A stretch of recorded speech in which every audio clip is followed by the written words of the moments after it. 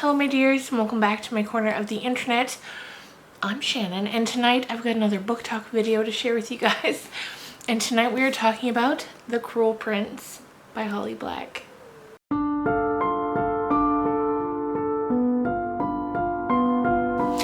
Now, I realize I'm late to this party. This book came out in 2018, which at this point, shockingly enough, is 5 years ago.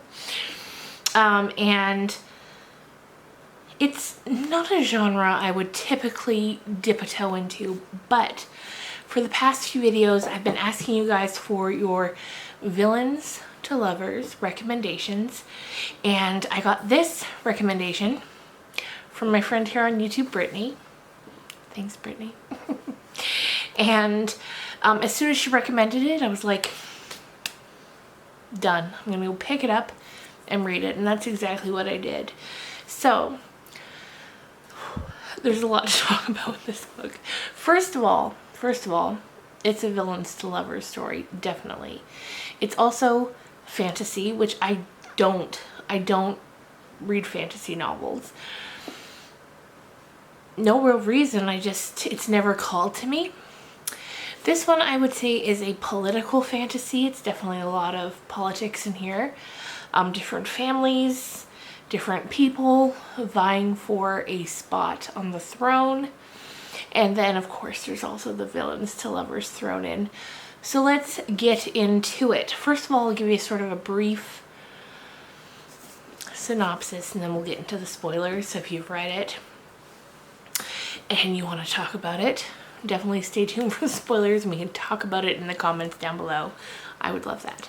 So the general premise is this. There are three young girls, Vivian, and then Taryn and Jude. And Taryn and Jude are twin sisters. They're at home with their parents. It's a normal sort of day. And then all of a sudden there's a knock at the door. And when one of the kids opens the door, I think it's Jude, there's a man standing there, a man she's never seen before, a big, hulking, shadowy sort of man. She gets her mom. Her mom comes to the door, and this man is really laying into her. He's talking about how she managed to trick him. And from the conversation we pick up that she used to be his wife.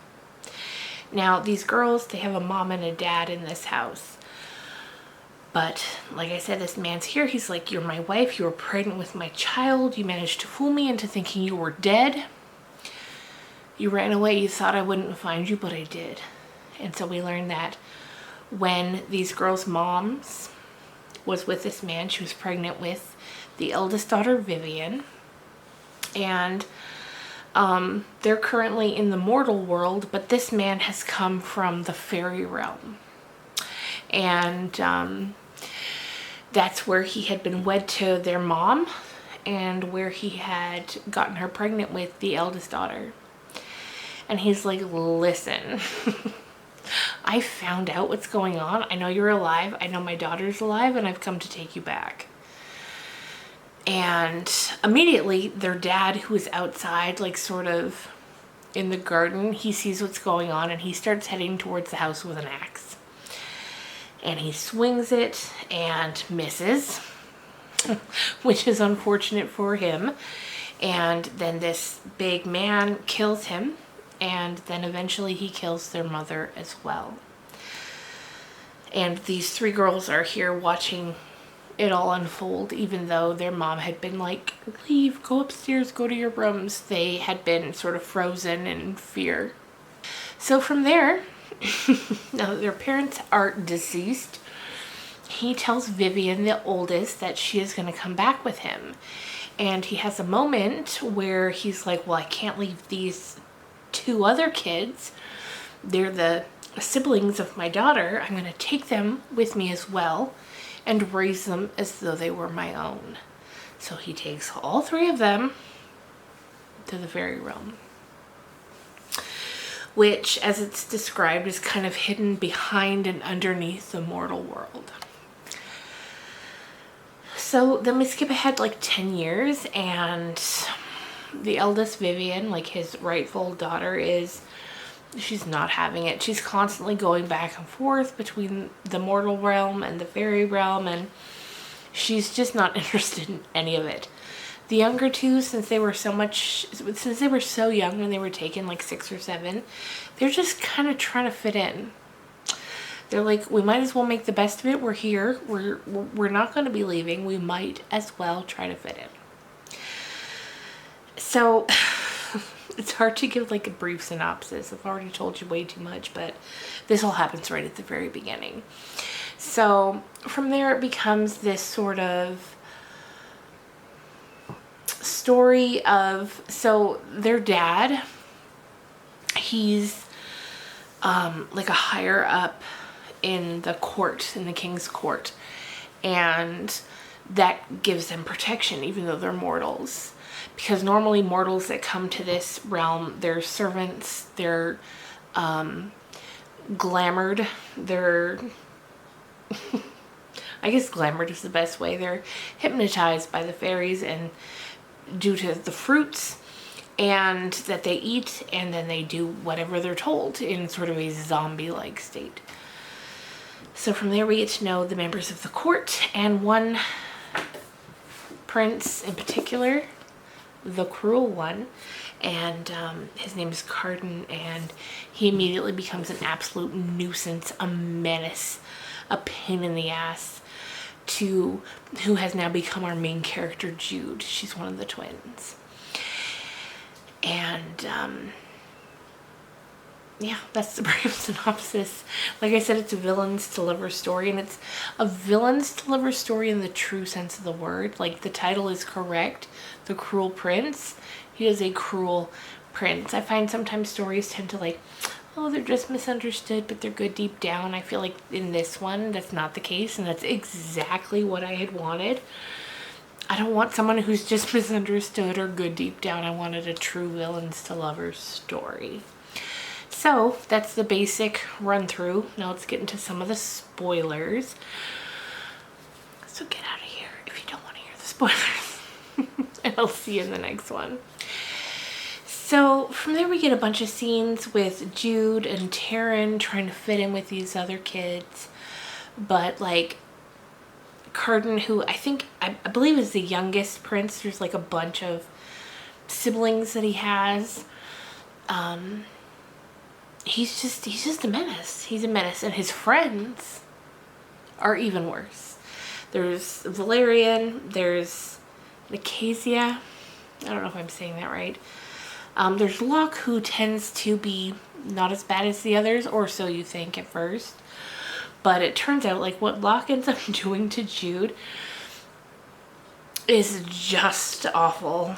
He makes her believe that he has feelings for her, and he's courting her, and he's kissing her, but the whole time he's planning on proposing to her twin sister.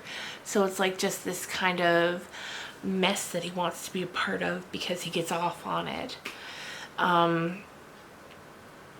The things they do to Jude, like this friend group with Cardan at the helm, it's a mess. It's a mess.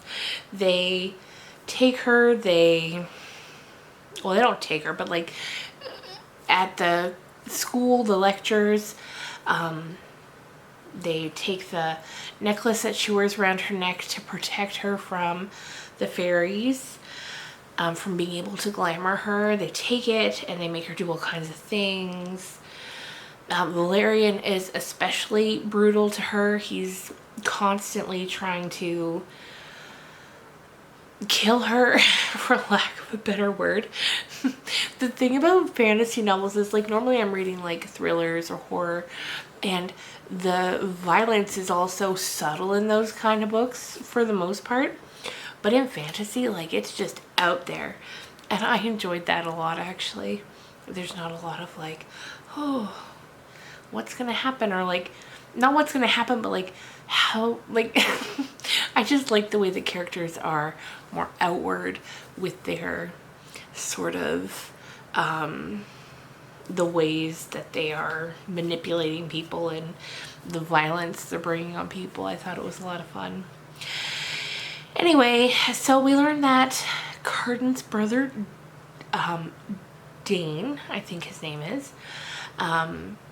is set to be the next king, because the original king, like, fairies are immortal, but like they get older, they get tired, they get weaker. So the current king, he's getting ready to abdicate his throne and to bring forth a successor, one of his children, and Dane is the one that has been chosen.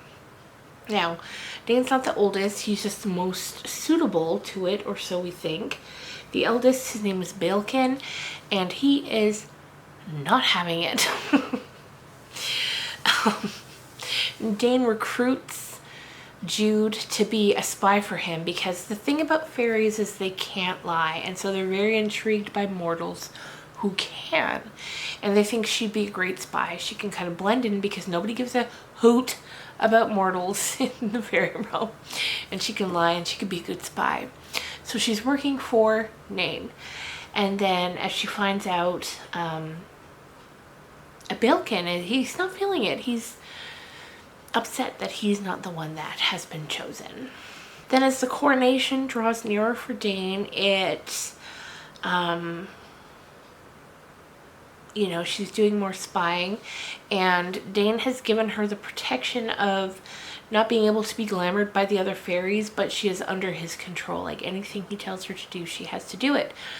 And the main thing that he has told her that she cannot do is speak a word of working for him to anyone.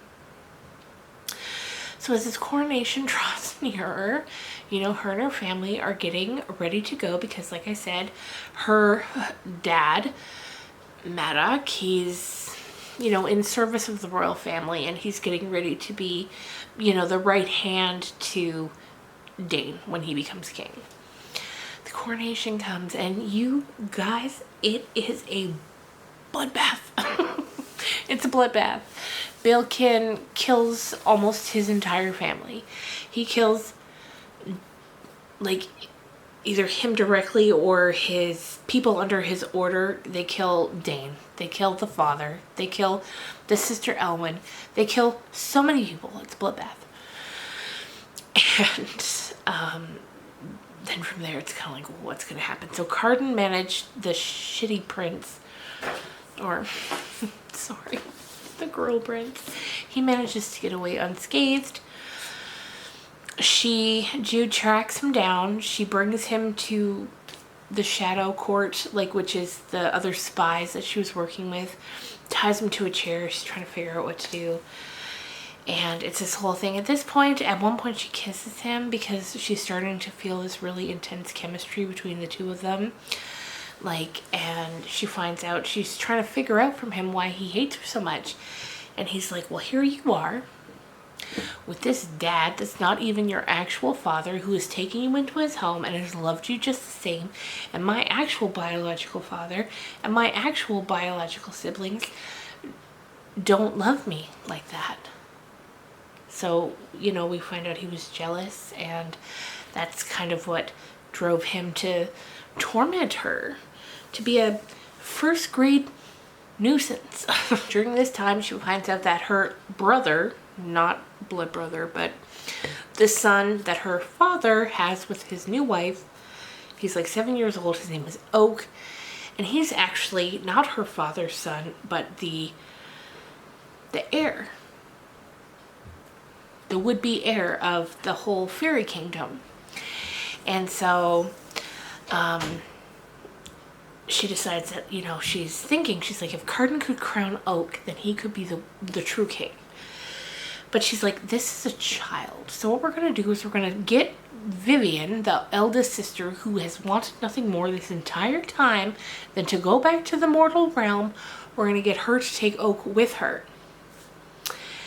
And we're going to crown Cardan the king until the time when Oak is ready to take the throne. Because Jude knows, everyone knows that a boy king, a child, is not long for this world. He's easy to kill, and people will do it to try to get the throne. So Cardan agrees because he doesn't really want to be king. He wants to go off into the countryside, have a piece of land, have a lot of wine, have a lot of women. Like, he just wants to go. And so he's like, fine, I'll take the crown until Oak is ready, and then we can transfer the power. So by the time we get to the end, that's kind of what's going on. Cardan and Jude have had some kisses. And then it just kind of ends. And I'm excited because it's book 1 in a 3-book series. So there's The Cruel Prince, The Wicked King, which I'm assuming is Cardan, and then The Queen of Nothing, I think is the 3rd one. Anyway, I can't wait to read them all. I can't wait to see what they get up to in The Wicked King. And I feel like they're going to get married at some point. I don't know if I've seen that somewhere or read that somewhere, or I'm just assuming that. But I imagine that's what happens. Anyway, thank you guys so much for watching. I finished this book literally 2 minutes before I came to film. And I just wanted to come and sit and tell you guys about it because I really enjoyed it. I didn't know how much I would love it. I was kind of like, well, we'll see how it goes. I didn't have high expectations, only because I'm reading outside of my comfort zone. I don't read fantasy, but I loved it so much.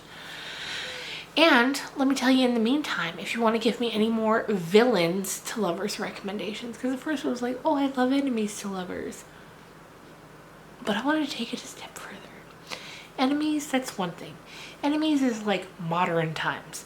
I want a villain. So I love this. Anyway, if you also have good enemies to lovers recommendations, give those to me. But yeah, villains to lovers, I'm here for it. I'm enjoying it, and I can't wait to read more. So thank you so much for watching. I'm going to see you again real soon with another spoiler-free book review.